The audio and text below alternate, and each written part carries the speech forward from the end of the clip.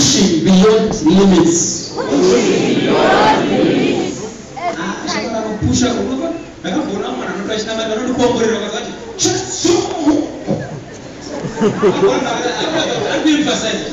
Yes. Mwana madashara anokuomborera mwana komana wabalozi Maxwell kana una matapu. Anozunza. Nasita, just so only pushing up and pushing beyond limits. In our Jamaica, can you shout it better?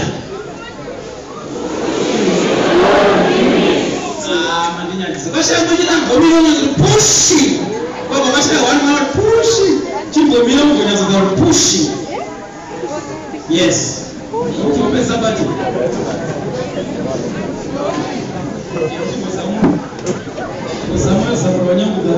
Are you ready to shout? Yes. Pushing. Every limit. You should have just about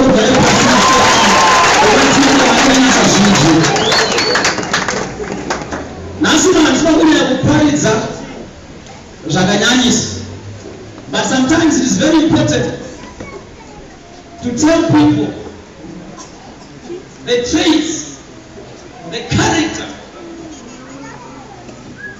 or the condition. You know, pushing beyond limits. But then we pushing beyond limits. Push beyond limits. Can I also push beyond every limit? Now, so I'm going to say about 6 things that you need in order for you to push beyond every limit this year.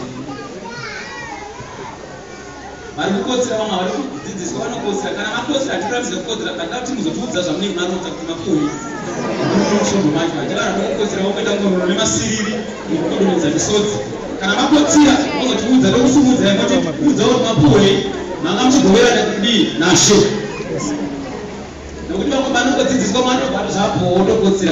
let me tell you, it is called the fivefold ministry. And this fivefold ministry, inofana kuoperate yakakwana aufana kuona imeamosha amongst this fivefold ministry. The first one, I will illustrate it with my big thumb. Yakutanga ministry, of the apostle. An apostle is a person who established new work. And then I did that aside. I don't know an apostle or Facebook, I'm apostle.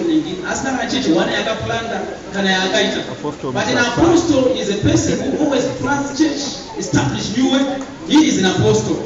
It's very important for the church to operate as well in a ushumi wa apostle. Number 2, it is the ministry of a prophet. It gives direction. You need prophets in the church. Church after profit. Church is operate the name of gift, is operate the name of ministry. The ministry of prophets must operate in the church as well. I got a church, can I share ministry of prophets. If it will make you teach, it will make a fresh message. It will get the evangelist. The ministry of evangelism. Those are not church evangelism. Ministry evangelism dominator in the settles of the church of AFM. Those are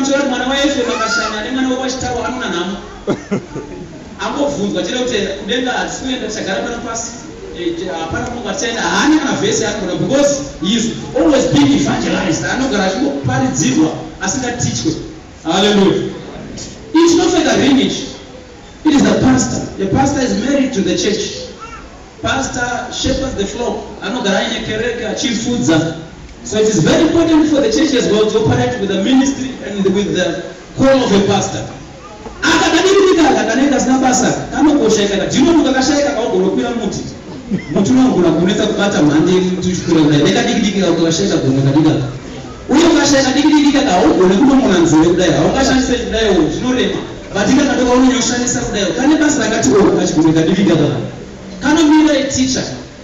A teacher Onyaso notora akafanana nemaroots atinozi taproot of a tree. A taproot of a tree goes down. Yonodrowa mvura yozopa maleaves nezvimwe nemashizha zvoona kuti mvura yakufamba zvakanaka. Saka teacher munhu anonzi kudzidzisa ane ministry of teaching haasi kuti achidzidzisa munokotsira. Zvinokosha because a teacher grounds you. When he teaches you, he gives you the ground. Vatende vanongoparidza mhepo yangu yanongopupurutswa munosha kuti aenda kupa muzo wacharira chikati pum amaneko chikati pum amaneko haana midzi but anotichwa anoita midzi. Hallelujah. Hallelujah. Ngati kupruvira kuti muchechi munomu most of the times you are being evangelized, you are being preached to. And not book izvo ndiani simudza kuti bhuku rako to andinoona vazhinji kuya hatina pekunyora hatina peku ende unoona ipapa kanyangoparidzirwa uchingobuda muno zvinopinda nokudzoka nokuti my names are vessels mafamba asopa anova shoko vati kudii ende ukaona akatadza kuzivesels the other thing that he or she can say anotaura illustration yaanzo zvakazvisekesa ndobva vati imbwa ndobva yazosvika pakati ndobva vati ndiyakadai zvine essence zvine shoko ramwari anongone form haana the essence yezvinhu haana kusimba kwezvinhu. It is very important sometimes so unangoiparidza ngoitaura pushing vamwe mugogumana uri pushing but musiri grounded not knowing what you are going and what you are going to do. There are things zvinodikanwa pamunhu matiri kutaura. There are traits. There are 6 things that you need to have or more.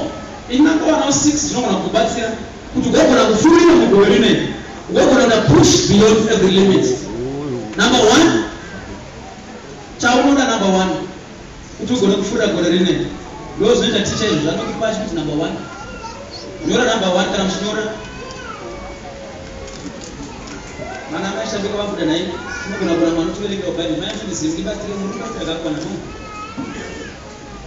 kuwaireshona mnereshona kana reshona nokuti tivemasha mungogara pachena pamuchikubatsira kutiverengerawo.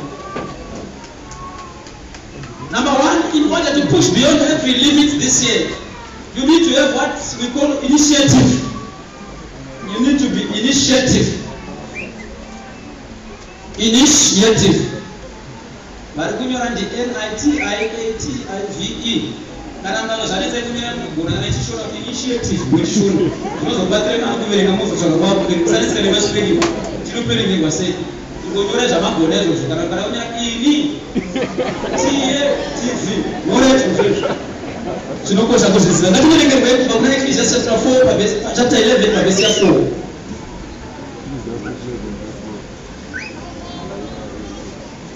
Muparidza ari kaitwa vanofana kutsvaga vanofana kuverenga kuno. Unogara achicherechedza mhepo haakushi uye unotarira makore haangacheki. Unogara achicherechedza mhepo haangakushi. In order to push beyond every limit, you need to take initiation. Unofana kuve initiation inodikanwa kuti ugone push beyond every limit. Ukana wangogara pana madakanyana that you don't need to wait for a condition for the condition to be favorable kuti uzenda push beyond every limit.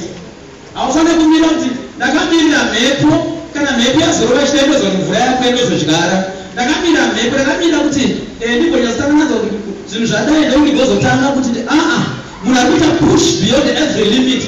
Mhepo kusina mhepo iriko anotora yatinoti initiative anotanga kuita zvinhu gore rino nderekutanga kuita zvinhu regai kuramba makagara amai kana muda kuita push beyond every limit in your business regai kuti handichazoona mukana chaiwo kuti ndanyatsowana 10,000 ikakunda ndizokwana ndopandichazozitanga business rangu ranoda nditange. No, take an initiative. Tanga ne 2,000 iyo, tanga ne 1,000 iyo. Ukatanga ne iyo you can push beyond every limit. Ndinarumidzwa ere masikazana. Pararumidzwa. Ine mukadzi wandinoziva. Aive nenungo dzinosemesa akanga asina kana initiation yambotsvaka akasina initiative. Ukamupa nzungu waigaiva dzakamenywa. Angatomenya nenzungu kuti mumumenyere kuti agozogona kudya. Hallelujah. Zvimwe zvinhu ndezvokuita wega kutanga kutora danho. Gore rinotanga kutora danho. Kana even usati utirira kuti upgrade chikoro changu kutora danho ndikangoti next year I want to upgrade next year ndakuza chikoro changu. Tanga gore rinotanga kuti take initiation. Usamirire makore utatanga favorable. Tamani katika mupenzi ma situation zangu faka ita favorable kuzotaka zvinhu. Inarudi go. There's an knowledge. Yes. Kunotora dano tairi. Push. Imengongo taka usina kana send. Imengongo taka usina kana shit. What are you shit? In order for you to push beyond every limit this year, you need to be initiative. Ugamira kuti makondition ave favorable, you will never progress. Hallelujah. Amen. Hallelujah. Hallelujah. When you take initiative from God, no resolution. Take initiative from God, and also take initiative for God. You take it from God, and you take it for God as well. Mari kuti vazoita chimwe chinhu vanoda kutotanga wewewe. Inangoye pushing vanhu vakadzimara vatangoneta nekupusha but hapana chiri kubuda. Take initiative. Tanga zvimwe zvinhu, tanga kuita zvimwe zvinhu. Mama tanga kutengesa maswiti, tanga kutengesa zvamungatengesa regai kumbogara. Be initiative, tanga kuita chimwe chinhu. Ita, usagare, vari pedyo nekutsananguridza regai kumbogara chimbwere. Tine vamwe vanoti vanogarira maoko, unozaruza kugarira maoko. Unozaruza kugarira maoko. Kutore hwerudyuru, wotaura ruboshwe. Hwerunoza kugarira maoko ikoko. Hwerunoza maoko ngarege kugarirwa. Take initiative. Izvo zvamumadzimai akanditarisa muno. Haasati ukabva achikumbira mari murume wake mari, arikumbira mari yehuku. Wewe anokumbira tete nakaita ndipo mari yetika dress. Haana zowana anokumbira baba ndokumbira mari yekuti atika business. Nasi zo. Hallelujah. Amen. Number 2, in order for you to push beyond every limit this year, the second trait, the second character that you need what we call inspiration. You need to be inspired. I will be inspiring you. Inspiration, I will push beyond every limit. I think inspiration is good. Hallelujah. Takati initiative nana gogo tikuti tanga yo kuita zvimwe zvinhu rega ngona mama akagara kuti zvichazoitika tiverengere kuna Samuel utanga chapter 10 verse 11.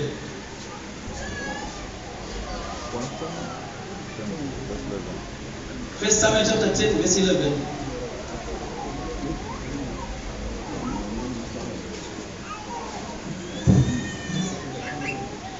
Samuel utanga chapter 10 verse 11. Zvino vose vaimuziva kare vakati vachiona izvozvo kuti woprofita pamwe chete navo, vanhu vakataurirana vakati, chinyiko chawira mwanakomana waKishi, Sauro wava pakati pavaprofita vo here? Mazvita, you need this year to surround yourself with people who build you. Gore rinozvikomberedza nevanhu vanokusimudzira. Sauro wakanga asina ngobva akazva chinonzi profita, but akaenda akanosvika pakati pevana vavaprofita. Ari pakati pevana vavaprofita ndokwa vamuinspire kusvika vanhu vakuzobvunza kuti chiiko ichi nai naSauro woprofita here. Chaitika chii? Awana inspiration. Gore rino rega kugara pakati pevanhu vanotaura each and every time negative things about your life. Usagare pakati pemunhu anogara kuti makuru akaita zvinhu zvako, makuru akaita zvakadai, usagare tiza. Ena unogara padhuze nemunhu anokuinspire, anokutaura kuti brother, sister, I can see a bright future. Chama ndikura kuti rero unogona kuchata iwewe. Unozvona business yako inobudirira. Pawatangira pazvikuramba zvakadaro. Chama rikuita saSauro akuprofita pamberi pavana vavaprofita. Zvakanga zvisipo unogona kuzviita iwewe. Unamboza kuti ndakakurudzirwa ndazvasingagoni kuita. Mama mnati ndokutaurira mukainspire baba nekuba kwenyu nazoda mataura muno. Ukainspire baba kuba kwenyu ka. Wainspire nekugara navo uchivataura zviri positive. Make sure akungova vakafanira ramba imo.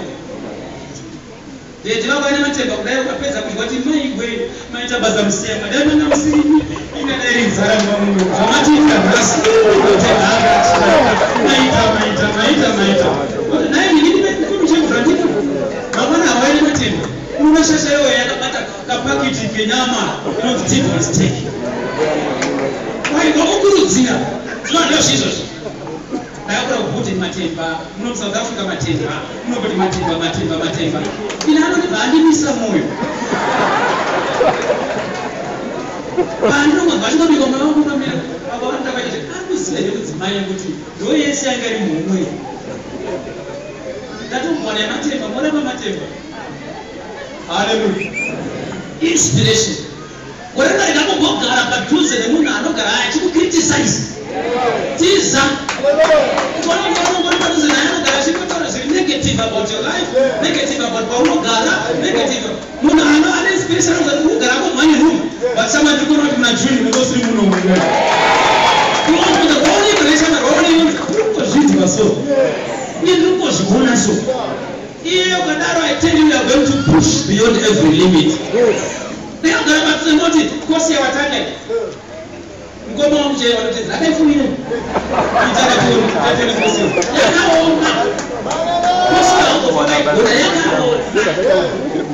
It's not giving it a text.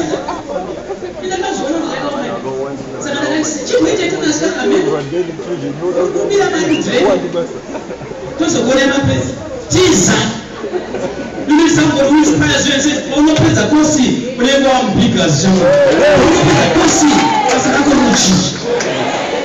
Inspiration. You need someone who is going to inspire you. When I know inspire, you are going to push beyond every limit.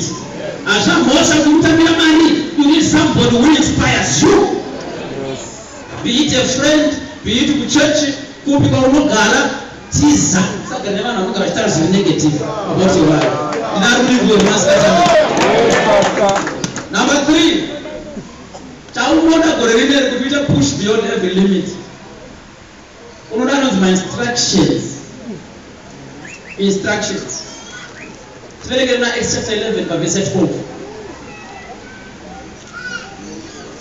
Mabasa Apostle, chapter 11, verse 12. Apostle, chapter 11, verse 12. Ipapo mweya wakandiudza kuti ndiende navo ndisinganyunyuti. Amanopedza. Instruction yatodzwa mweya akamudza kuti aende navo asinganyunyuti. We don't normally take instructions. Most of us, we don't normally take instructions. Vazhinji vedu hatina instructions. Wakamboona here kuti vanhu kana ipi makaiswa ma-instructions ekuti wet paint. Kunyora muna kuti wet paint kana. Don't touch wet paint. Una shasha idol. What happened with the paint? My instructions are sabati. Asisha shahidi na mtu anayekuja hiyo na hiyo shuka dinyo. Kana tunakwenda habari kumba kwa kana mtende watu ma instructions. Iko tu rasha hali kana sipoto ngopinde yote hapo ni kwa kufungura hali kana. Sio alipenda sasa tupo.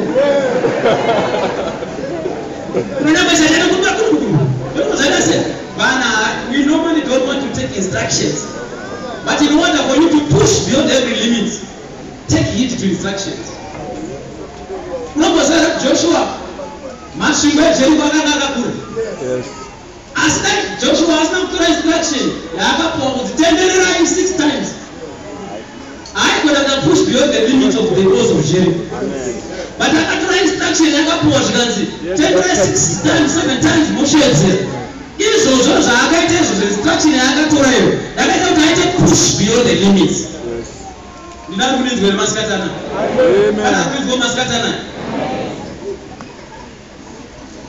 Elisha, there is no instruction, I could push beyond my limits.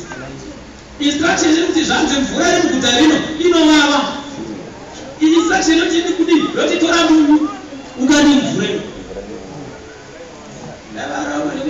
my instructions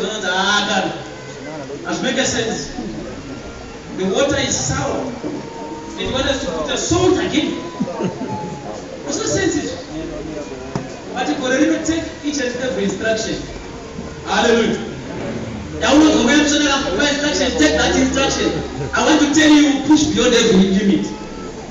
But you like, my instructions, and we am sure go to yes. We will not have a apostle. Ati anjiba ipapo mweya akandiudza kuti ndiende navo ndisinganyunyuti. Murume akakurama paakaudzwa namweya kuti aende akatora instruction akazvamataura taakuenda. Haleluya. Vanapinda pavakanzi kapiwe pakadzikadzika. Dai vasina kutora instruction hapana chavaibata. Or take the instructions if you want to push beyond every limit. My instructions are all for a machine. You are going to matter about Yamson Tower. Ngatu.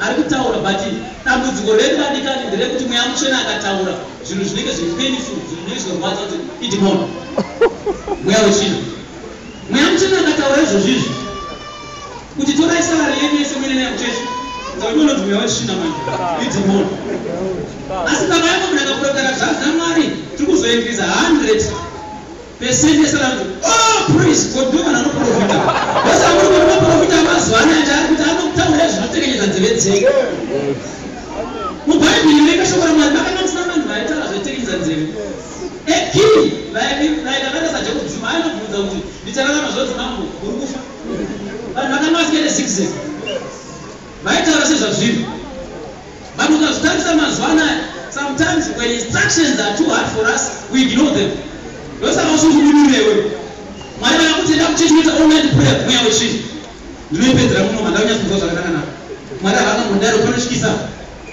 ukamamendeka usiku uno ndibhinwe zvangu ndipondwe zvangu ndiunonogura kunofa uri mumba imomo maungagara usina kubhina kana akupondwa but instruction yatibuda usiku iwe mwari vane zvavari kuzviitira ukanzi mukaunamata izvozvizvi hakusi kurizina kwaunoita don't take instruction tinokuzizewo mwari nhasi ndasikira ndiri bhizi kubasa minizizewo mwari mwari munezvozvionawo kuti ndinokudaya siku zvinezvi emangombondikuwana that hour kana dzimwe 2 hours nangori mwari you know I love you God zvachapuro yorara zvayo hope kuduru yafanewo in order for you to push beyond every limit this year you need to take it to instructions. Take instructions from clever people around you and use them. Aiwa. Nabone wana vakachenjera vakapepuka. Kana vane instructions aripo atore washandisa. Hallelujah. Do you know what my instructions mama vanoda kunzwa my instructions? Zvimwe zvinhu zvisina basa vamwe vanhu vakafoira kudhara vakakundikana. But this time to my instructions they are clever. Because I'm not clever, I'll tell you this is a clever idea. Yeah, idea can tell you this time they can tell you the 1,000, try the 10. One was never as I want to they will not demand the book of Mazwana anymore. Take those instructions and use them. Hallelujah. You know what woman said that? Amen. Number 4, Chaunoda. Dana Ayega Vanessa Fan. Number 4, Chaunoda innovation. Innovation is not about the act of introducing something new. Act of introducing something new. This year you just need to introduce something new. This year you need great ideas. I'm pushing beyond limits. Who's not going to introduce? Such a introducer. Abana mama, abana dead. Whatever go to what she does, which is the time. Nobody did it. It is a time that you know introducing something new in your life. Which is the time they go longer.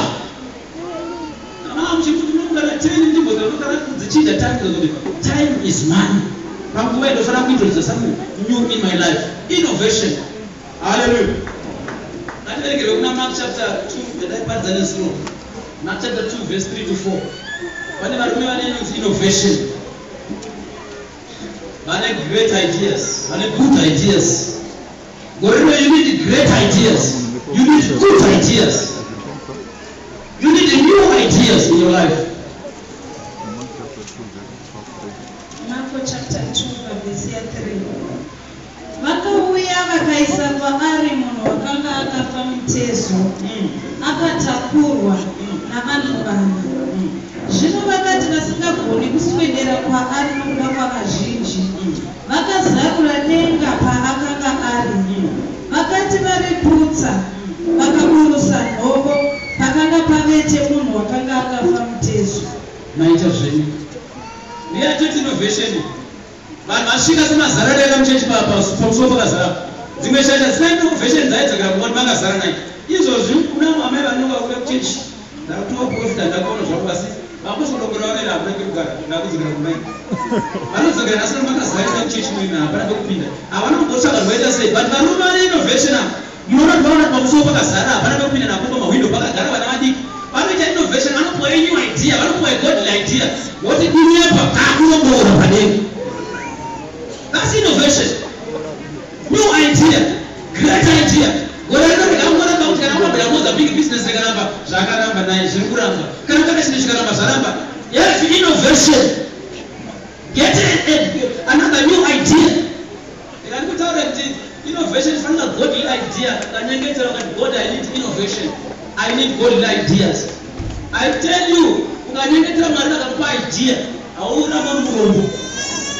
Maraka kwa idea kunesha kuchorama loka achitara kuna mnanzi mai mamba nimagore chiti Bible school maraka katipa an idea ndano graduate sanga na sent pamanaka kwa manaka kadiki takaka kadiki kudakaira mama maputi wakaijika college right oneza kuwana mtukaji college azimaraka jaya pati maraka nakagana kuda kwa shoko mazvinhu zvanga zvisina kumira zvakanaka achiraka mama maputi nemvura kana kufeka kai tange onion naipfekedza yembe kupfekedza yembe kwete kuti kakuturura katovhara mamabomba akaoma zvimwe zvakada kuzvivhara chimwe chakabuda tovhara chimwe zvomira zvakanaka maita makumbisa yembe kuti amakatatanura aigara iseuri kufundisa mwari yako zvizive unopfeka kweonion iwe but God gave us an idea one day after praying mwari vakangoti tengesai dovi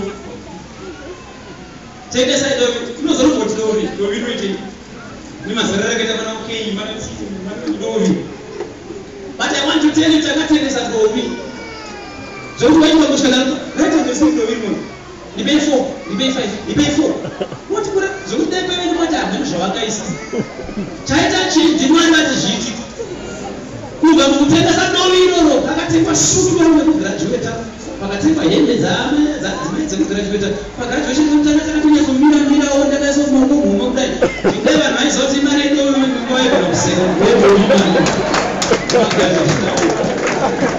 but because it was godly idea takatengesa dovi kusvika minami immediately takapedza kugraduata zvezvarit azozama kutengesa dovi ringatengwa waita kunatengesa zvekunhonzi idovi apamaundinaro ndakatenga mifoto nezuru awo munedovi kumwe takapwanira kabva kumusha chaiko amai vangu vakabva kumushazirokaine takamuyadaro kudai mazarikati mari vakezvainonzi idea. When God gives you an idea vanogona kuita iri very small kungotarakakangaitendakanaka kuti izvozvi enonotengesa zvakati izvozvi ita zvakati take it very serious azhinji vechakadza kuti munoda kutedzera mukazva vamainhinga ndimwenenakubheza kuzibagara kufamba ndimwenenakubhezakufamba navo vatedzera mwari vataura nemere kuite makubhezi mazano kuti masokisi ari kufamba nemiwo mazano kuti mwivhi yakada nemiwo mwivhi yapinda mufashon ande nemwivhi ava vari kuenda nemwivhi ava vane innovation vane great idea vane new thing that God has given him newewo uchikuda munogore rinoita God give me innovation ndipe a good idea ndipe a godly idea yekufambisa zvinhu nekuita zvinhu mwari akakupa idea unogona kutengesa dombo rikatengwa akavatsarami asi kutaura chokwadi kuona vanhu vanopaedza kwevakasiya kumusha kutitendea kwemusha kuerimike panombota rinai titengesei vamanoisi dombo totesei but rinototengeswa rikatengwa. Hallelujah. Hallelujah. Shout innovation. Innovation. Great ideas. Godly ideas. This year I will push beyond every limit. Iyo limit kana ilipo mwari vakamupa an idea zvimwe zvacho inenge riko riwokova vanhu vanozongogona vamumiri why wapuwa mapfuuri une maitiro namwari namuyamusheni ndinari kurinzwa remasikatana ndinari kurinzwawo.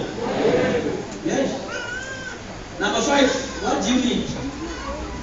This is very important. It's another I as well. In order for you to push beyond every limit this year, you need what I call inclination. Inclination, to incline. Vanaweza kuincline.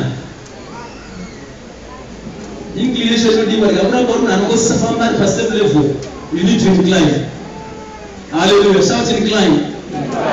Incline. Yes.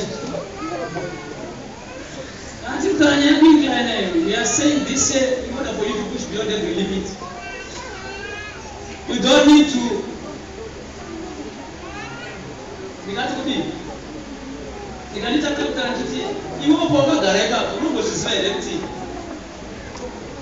You were born to incline, not to decline. Amen.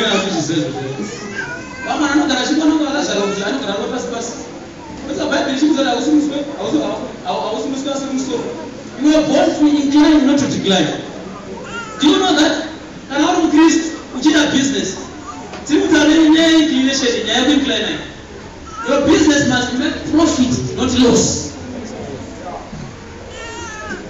Do you know that you are born to be healthy and not to be sick? I'm going to push beyond this sickness. I'm going to incline. I'm going to be healed. I'm going to decline. Even if you want to incline this year, what did you do? There was a real Samuel, there was a silver, and it is up, and this up, what is up, what is up. Whatever you want to manage to see what's up, they are going to manage to get it. You never push beyond the limit.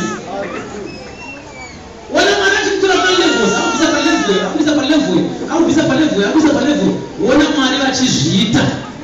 brother, do you know that God has created you to incline? And I'm going to want to carry virtue. This is inclining. Since I'm not going to see what I'm going to do, since I want to see what tomorrow, incline.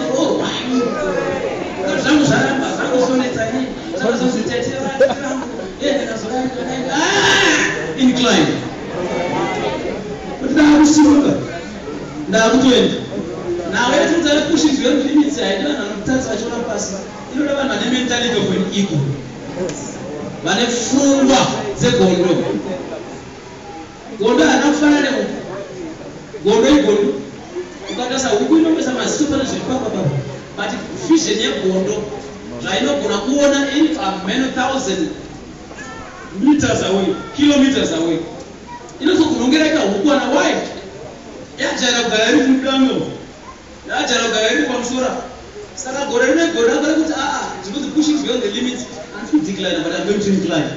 You have that mentality in you. You have that character in you. Kana ushoto mara bitire sakana gorene. Tibelekele hii mama kuna Romans chapter 12 verse 6. But Bible didn't mention. On the amplified version. In this amplified version, Romans chapter 12, verse 6. So verse 8.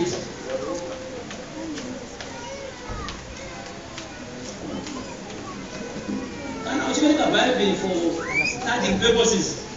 They can only share some Bible that's good to use. Bible that's good to use really. They can put fire. Nothing which is simple. You are also simple. So nothing which is simple. It's nothing which is not precise. Sometimes you know that misrepresentation. But not then the wind and the spirit was hovering. And I'm not good to use very well against it. But not then the spirit was hovering. I'm not good to use it and the wind. It's only the wind. The spirit.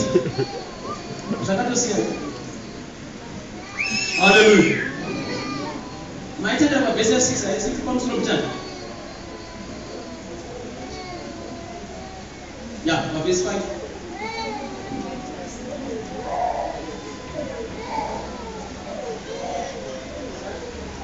Verse 5 here. Huh?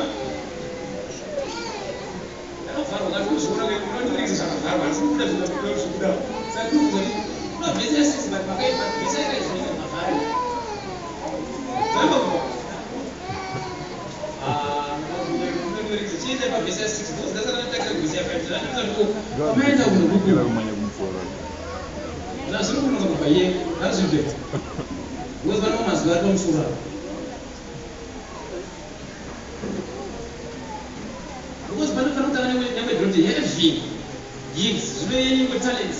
yamuda qualities na ndione atinyaze kuno zvakanana vana nemwe kuti heavy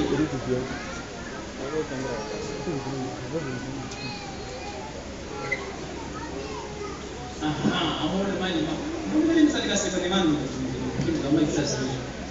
heaven gives atmuva batanoti heaven gives remember he amplified, I love the amplified version.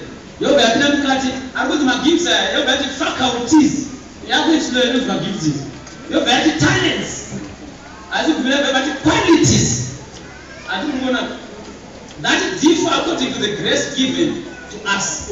Let us use them. Let us use them. In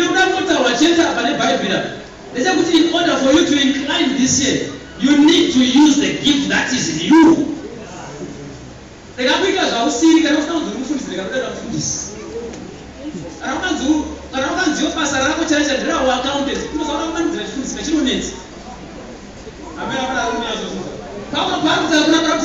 us use the talents, let us use the faculty, let us use the qualities. Somebody can be at your right place. I was struggling. Could you see what I meant? Or I'm going to tell you the hairdress. And you take a bit. I just have a hairdress. I don't go to 30 minutes. I don't know if I'm so weak. I don't mean I have to do a Muslim. You will watch a woman, no garage tailor. It's not good 2 days in Cambodia, but you can take almost to come on and start like that. Why? Our China.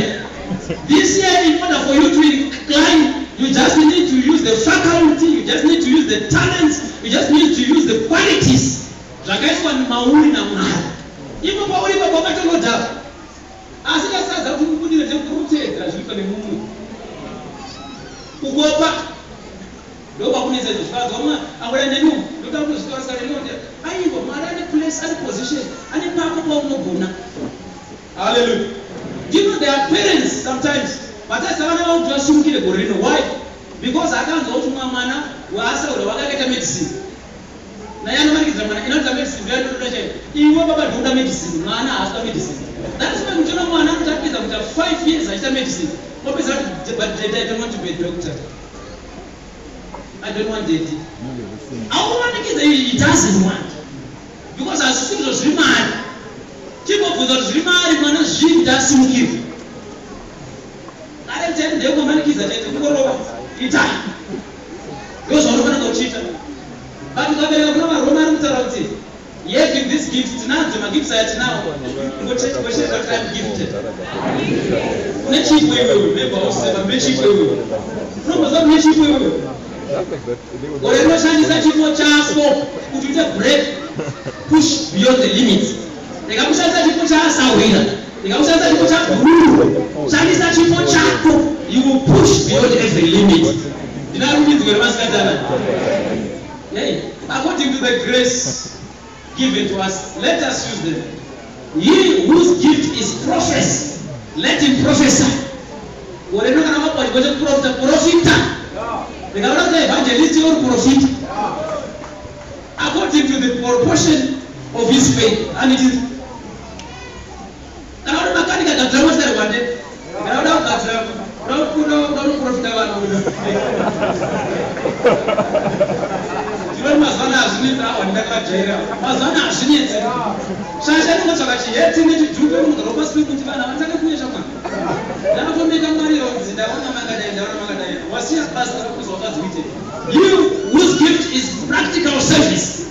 If your gift is practical service, let him give himself to servicing.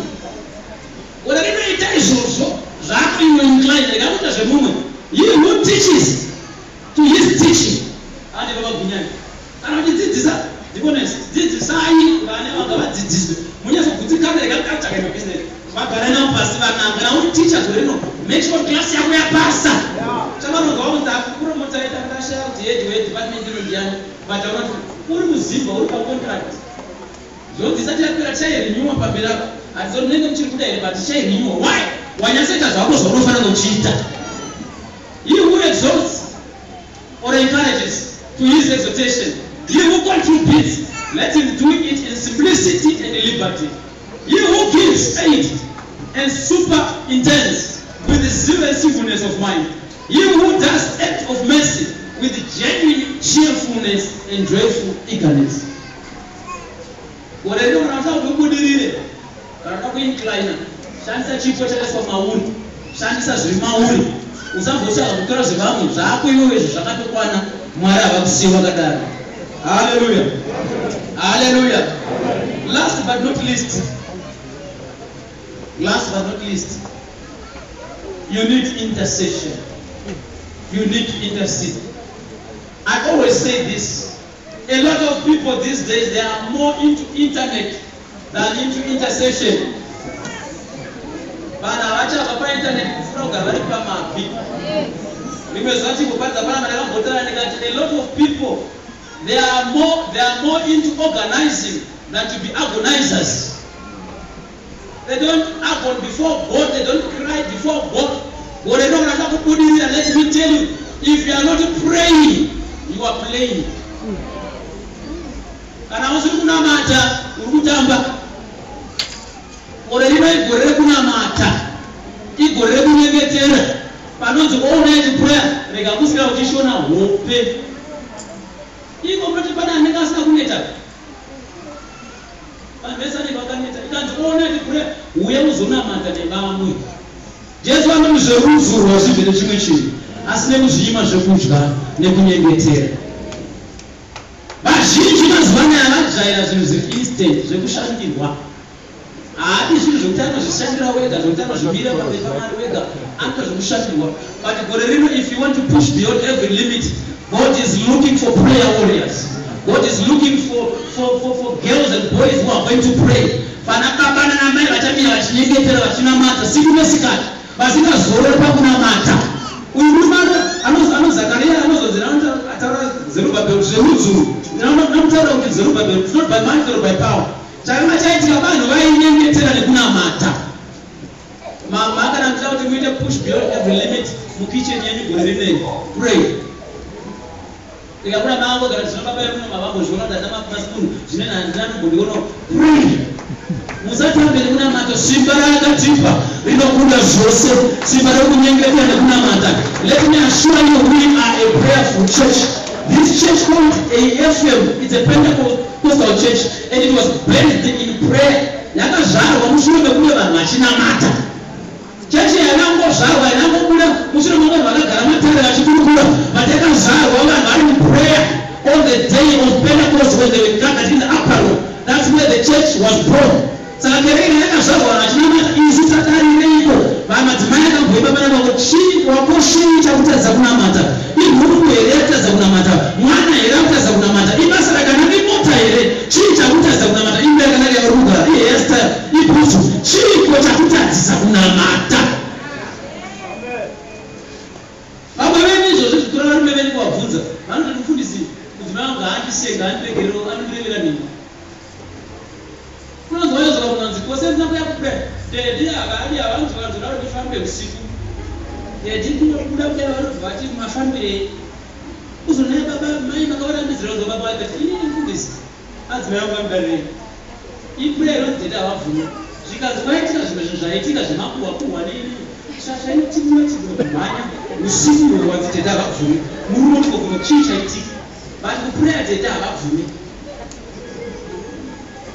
Let me tell you, if you want to push beyond every limit, my sister, if you want to push beyond every limit, my brother, this year you need to put your knees down. Yengetera na mata gorene. Zvinhu zvako zvese zviri mumweya, motikari kudari mumweyo, murume, gomana kudari mumweyo. But in order to get there, you need to be spiritual. You need to connect yourself in the spirit. Haugone kutora zvinhu zviri muspirit uri panyama. Hallelujah. Gorene kurumeyo vanhu vanonamata, kwete munamato wesadzi. Vanhu mukasanamata makuhwa apere pachechi. Izvo nanachitaka panapa kana zvikashayana vanonamata. Ndoye ndenge rinyazvura nhasi. Vangeri singaparidza ndanozwai. Zvinovadzo zvavakaita ramazuva vakaita nhasi novazodai. Nhasi madzimai zvamaitwa nai. Izvo zvinongopedza kuti vana vanataka pata padzavo. Uye vafundisa kwai zvemachipisi zviye. Zvinovatoita sese. Nyaya yemachipisi ngaipere yandopedza yafundisa. Ndakataura. Ndikapa nemachipisi panzavo icheni kudya machipisi mopedza. Kana tinetsa inonetsa namai magama namai mufundisa. Vana vaita ndovanofana mupopotera. Handikona munhu anozoitenga usatenge nyaya haisiya kuema chipisi. Nyaya magama namai mufundisa vatungamiri vomadzimai. Saka haisiya kuzofamba naye unosiya zvese zvinenge zvine musoro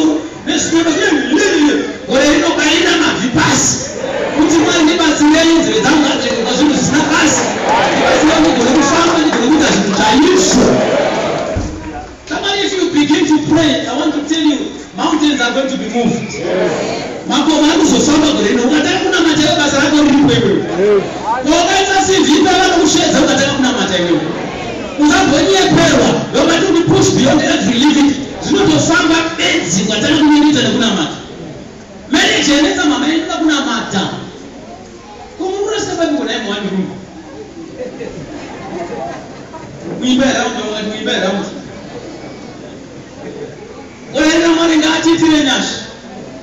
We want to push beyond every limit.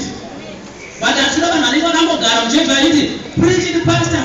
Yes, we are going to push. The way we are going to push through intercession. Intercede for your brother, intercede for your mother, intercede for your husband, intercede for the church, intercede for Sunday school, intercede for youth, intercede for ladies union, intercede for your church board. And I go criticize.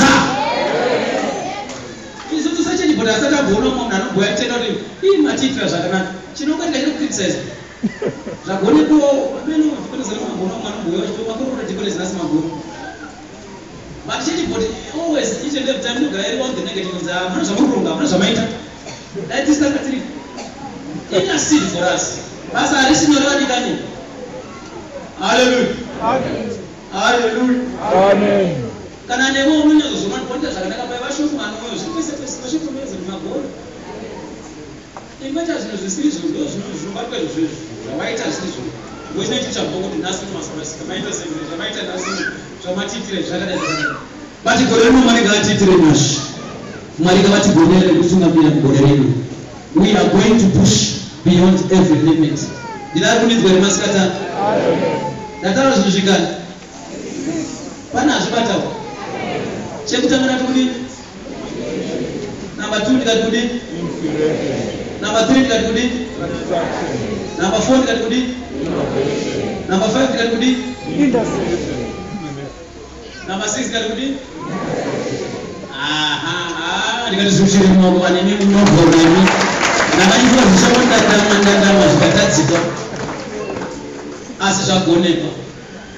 I want to tell you this year, we are going to push beyond every limit.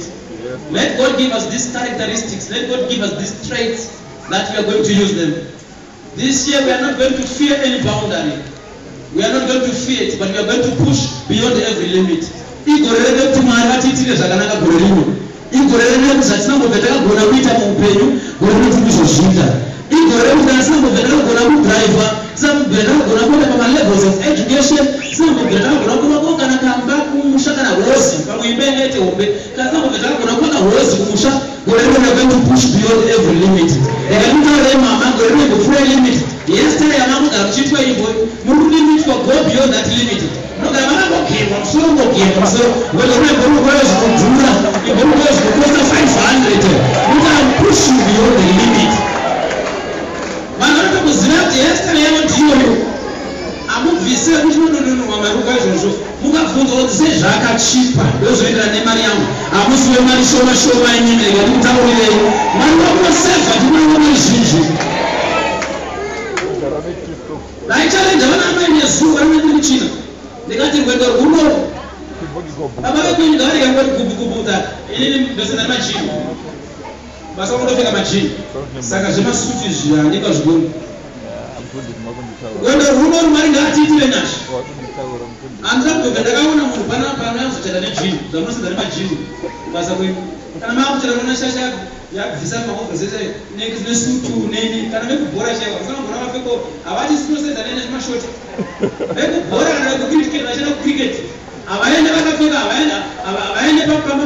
avaende pamanisi conference vakapfeka mashoti unoona kana vemanchester chaivo vanopfeka mabresa nemataya akanyorwa manchester zvinounga kuna mari wamasikozobora nechijini nechichiche nhasi zvavo mama rekemuziya baba vachindamba vakadaro pamunopuhwa mari next time tsvagai time pamunopuhwa mari next time tsvagaiwo shirt moti baba hamusi kana vemanchester vachikunda vakapfeka mabresa ina hamusikuenda kuchechi makapfeka t-shirt mukana makapfeka shirt yandakamutengerai netai yandakamutengerai kuiianesopa ndaipelana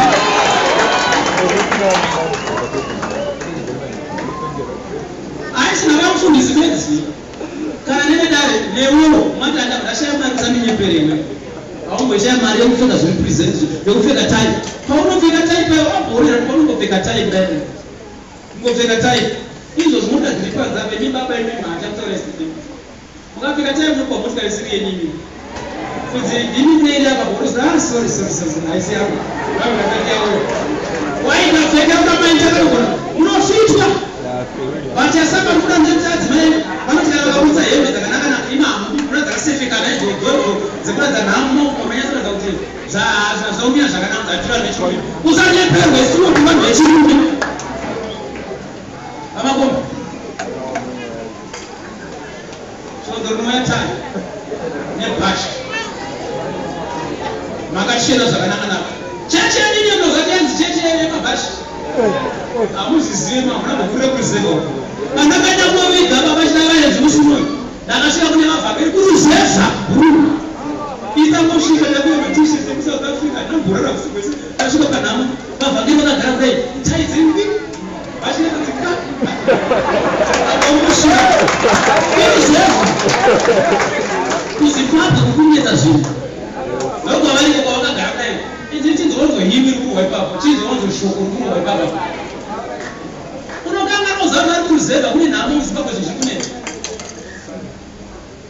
ndakatozokumenerana baba ndiregererewo nhasi muusiku anamhurana ndasheka nekutombochinja ndanona nepanapa pangaite nyaya ndiregerere vana baba ndatongorera usiku hwese tifamba kana kuti chinji atakugona nguva yekuchinja because ndinotodza kuti vafundisi vekusouth africa vakomana vangu yamazuva anaya vanokufamba nerusatani ijini kayo rusatani rwange kakapfeka nerutisheti ende vanga vanarovhangiranga vacharigamushira kana zvaura vachatongozvigamushira vakati sitirikunokuruzeva tirikuzviita wani haleluya haleluya haleluya haleluya handina kuti mazuva esina koriwaakuiwa kuchechi kudai chamati vanhu vambongoonopazva kuti chechi zvinoza zvinokupuka vanhu kuya kuchechi pachechi apa vanhu havainda vachidai I know kuti no South Africa it's casual but panouya kuchechi mubhuya wese ndomunhu angaresei akapfeka uso haleluya haleluya haleluya mabasa mabasha apisira anopisa kufana chipfeka kudai izvo zvimugona mufundisi wenyu mukati tikatopfeka mabasa ndikavapana ndakapfeka Adidas dai ndakapfeka Adidas murunzose ndinenge Adidas yamungu jesu vamwana ndakapfeka Adidas murunzwa sei murunzwa sei vamamai ndogashoko maitenza Adidas kuti vatadza kupfekera Adidas Adidas padhasi Adidas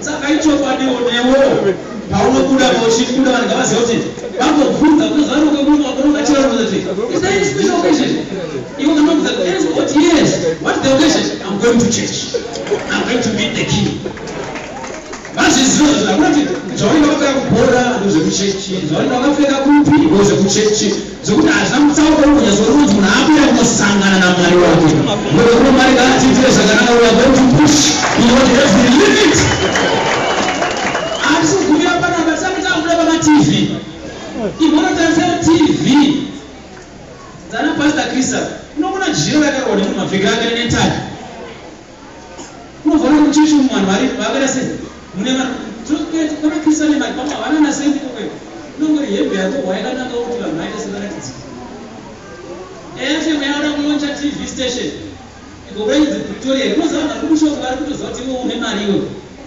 ungobonoka kudaunza chaikuna kune zvimiko bhozi picture yaunza paFacebook iribheta pane yamwe nayo chechi ipaFacebook unokuda wanyachochena zvakanaka unokuchechi kunoonza hapana hazva nebasa rese chimbofera kapfeka nekabhunyu yemwana waita paprofile picture yepaFacebook iri zvokuti vanhu vanenge vachiti agerere mwana wemunhu zvinhu zviri kumufambira atine mbodarumakuzotea uzorokanahanokodiwa maTVD mamwana zvino maTVD anotorwaya anosvika kura mama anosvika kuna tete vako mama anosvika kuna mazikuru kuti ndakaona tete nai zvavanga vakaita saundaondaondakuvazakunosauka sauka pane TV ndakanomba kwakuisha mari yangu mabandino saka ndiri kuti chenjera wewo wakainazoitawo vanonzi DVD pano papretoria ihall of Zimbabwe munenge kwamutare munenge kwani munenge kwani munenge kwani saka TV ndiro rikaona wanaenda naro roenda kwese aiwa ndiwombere unyamutakudzidzaaaasa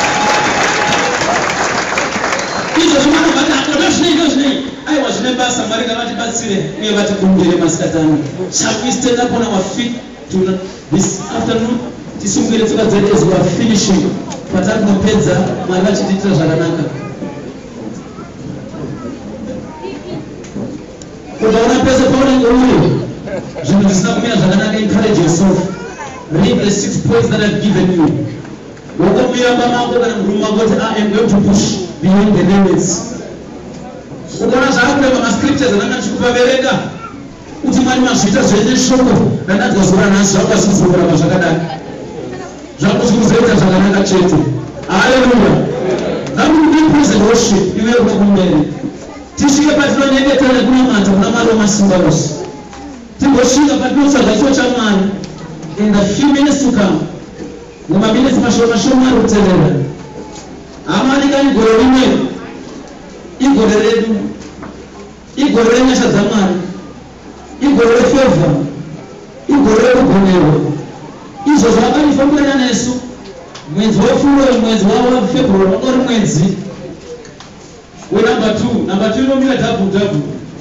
Vazhinji izvozvi zvanga vachitora maropafadzo double. Why? Because vamaita push beyond every limit. Tinoti Mwari vatiitire nyasha masikatana. We don't want this thing to go in vain. Hatinoti theme igoyewe theme yepamuro. Asi gore rino ngaiapply muupenyu hwedu. Gore rino ngaibatike kupraise. Gore rino ngaibatike kuhamaskira. Gore rino ngaibatike kumapopani. Chamwari hazvina kuona kuti zvanga zvakakunyangarira sei gore rapera. But gore rino iri tirikutarisira nyasha dzaMwari zhinji. Kuti kuhamaskira motikari dzichadhiraivhwa. Tirikutarisa gore rino kumapopani motikari dzichadhiraivhwa. Tirikutarisa kuti gore rino iri kana ukaenda kupraise motikari dzichadhiraivhwa. Iko panopakuruya dzakatanga chiyero vasati chaverengeka. Nekuti nzvimbo dzese dzezvitira kuti ataakuungana pano patinoungana paitonge panonzi pane general conference yekufaro. Vanhu motikari dzakazara. Why? Tinenge taita push beyond every limit. Panopana gore rimwe rimwe August kana zvibvira kugeneral conference hatiri kutsvaga bhazi. Iconference yekutakurana nemotikari. Uyatakura. Zvekusira kuri kuti makombi nezvuraro general conference ino Mwari ngaatiitire nyasha. Why we are going to push beyond every limit. Munharaunda dzatinogara ngazvizivikanwe kuti kune vamwe vanopindira nechechi yavanopinda inonzi Efeso, the word of life. Asi chechi ina Mwari arimo anoita kuti zvinhu zviitike. Panzvimbo pano hatine zvimwe zvinzvura Mwari ndaaonekwe. Mwari anoshandira upenyu. Ndakambotaura statement iyi kana handiri kugara newe 3 years. Unoramba uri zvawakanga ufanira kuziva uri. Ukaona wakadana hausitenda vhangeri randinokuparidzira. Chama ukatenda vhangeri randinokuparidzira never. Handipedzerewo makore 3 kana wakadaro iwewe. Handipedzerewo makore 3 kana uchifamba netsoka. Hazviite. Ukatenda randinosvikira Mwari vandinosvikira akandituma anozviita. It's not a gimmick. Asi chokwadi masikatana. Ndinarumbidzwa nemasikatana. Totimboimbirwa kana taimbirwa rwendo rwuno harisi rwendo rwokuita zvinhu. We are going to apply everything. Tiri kuzoti Mwari tiitirei nyasha. Panopera gore rino I want you to remember these points. Vhesi panongofamba namaona mapoints amauri kuti Mwari ndigonewe ndichungamurirei. Totimboimbirwa tigoona makanikani patakumupedza. Tigoona Mwari tigoona thimi sei makaisa pakati pedu. Sei makatipa thimi yakadai gore rineri. It might not sound good, but Mwari vakatipa pane zvavanofanira kuita pakati pedu. Vanogona kuifinaliza vakaishora vakaishorobodza, but Mwari zvakazvikira pakati pedu.